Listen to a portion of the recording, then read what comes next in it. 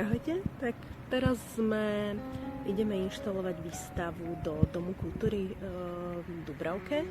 Je to taká veľmi malá sieň a nejdem vám to ukazovať práve preto, že tam vystavám ja, ale pretože je to kolektívna výstava k pamiatke Bobeša Bachratého. Bobeš Bachratý bol výborný kurátor, ale aj náš priateľ, a keďže vždy ma veľmi pekne podporoval v umení a otváral mi viaceré výstavy, tak som veľmi rada, že môžem sa aj ja takýmto spôsobom zaspomínať s ostatnými umelcami a že ma Euka, kurátorka, prizvala do tohto projektu.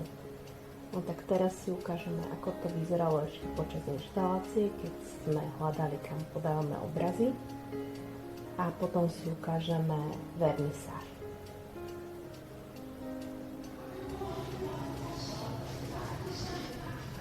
Tak tu vchádzame do siene. Vidíte, ešte tu mnoho umelcov ani nedonieslo obrazy, niektoré sú už rozostávané, ale pravdepodobne takto je nakoniec nezavesíme. No, ukazovať vám ten zdĺhavý proces zvešania a neustáleho presúvania, to vám nebudem ukazovať. Tak len takto, aby ste videli pracovnú atmosféru, a potom sa dostaneme až teraz k vernisáži. Prichádzame prvý ako umelci, takže si to musíme otvoriť. Sme tesne pred vernisážou, takže len si pripomenieme, že vernisáž je slávnostné otvorenie výstavy. To znamená, že väčšinou je to večer, takže to svetlo nie je ideálne, je tam kopec ľudí, ktorí sa prišli pozrieť na to prvýkrát.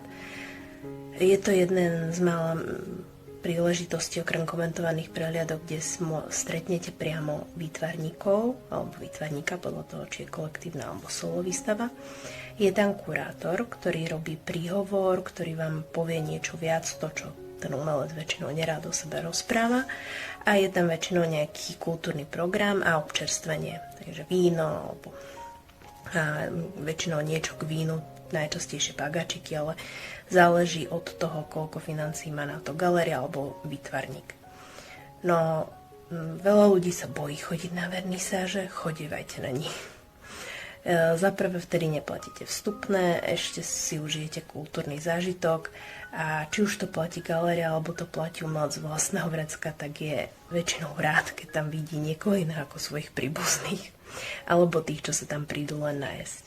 Takže býva zvykom správať sa tam ako v kultúrnej inštitúcii, čo niektorí už občas zabúdajú, ale v rámci etikety sa nezvykne na vernisážach ohovárať umelcov, vážne to nerobte, je jedno, čo si myslíte, ale to miesto väčšinou a tá výstava stojí každého toho výtvarníka veľmi veľa financií aj času, tak aspoň v rámci vernisáže sa snažte toto dodržať. No a teraz sa poďme pozrieť, jak už sa nám zaplňa naša výstava a ako bude prebiehať celá vernisáž.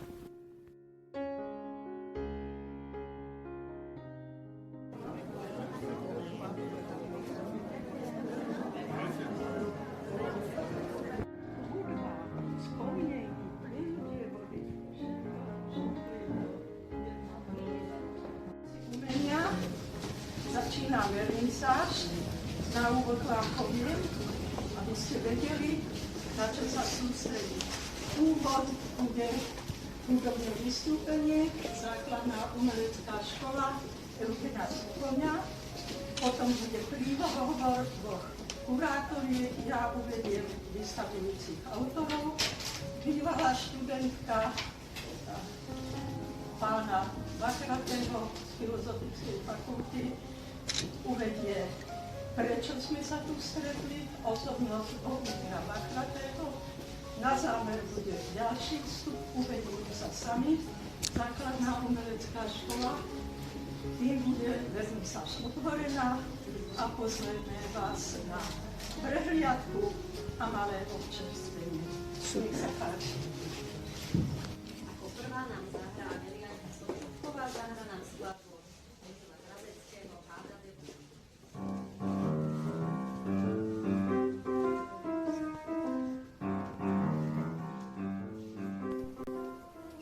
Tu vidíme obrazy Elky Linhartovej Bákratej, máme pastely. Kde vám ukážem potom ešte raz, lebo sa to veľmi odráža. Art popis, tiež Elky Bákratej, Linhartovej. Toto sú obrazy Emilie Hodasovej.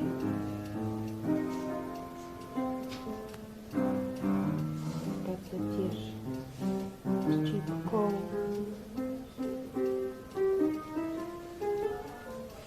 Tu sú nádherné scenérie Jirka Strachotu.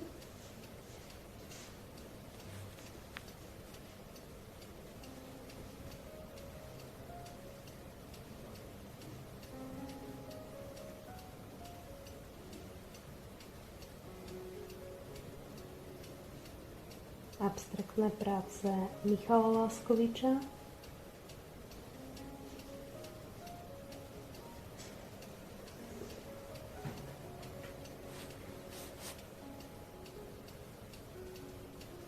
Ďalšie abstraktné práce Pepu Šarmana.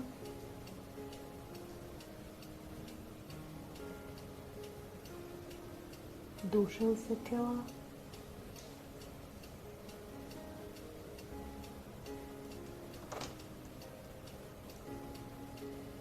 Doteraz boli skôr také plošné, teraz sú tak do priestoru.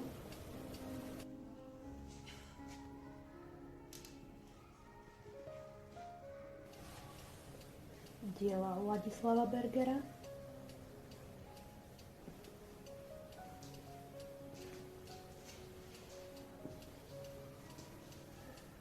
Violeta Bázy Kráľová.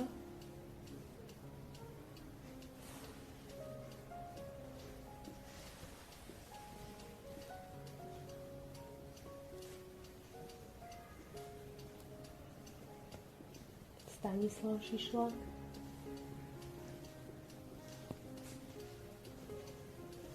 Aj z tejto strany Stanislav Šišlák.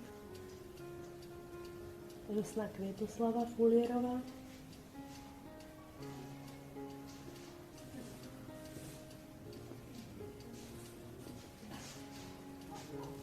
Veronika Weberová. Hla moja maličko.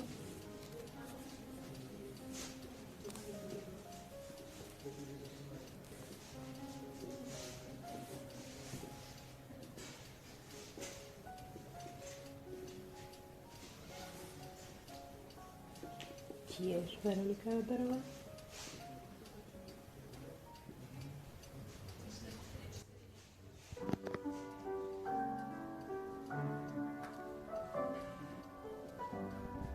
A Ivan Popovič.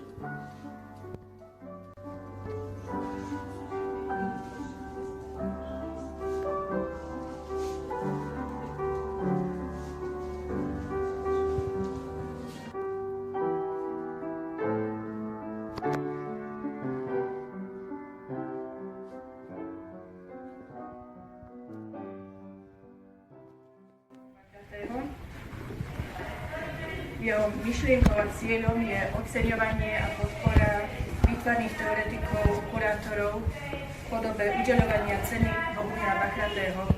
Viac o občianskom združení sa môžete dozvedieť priamo na stránke združenia www.bohumilabachratého.sk.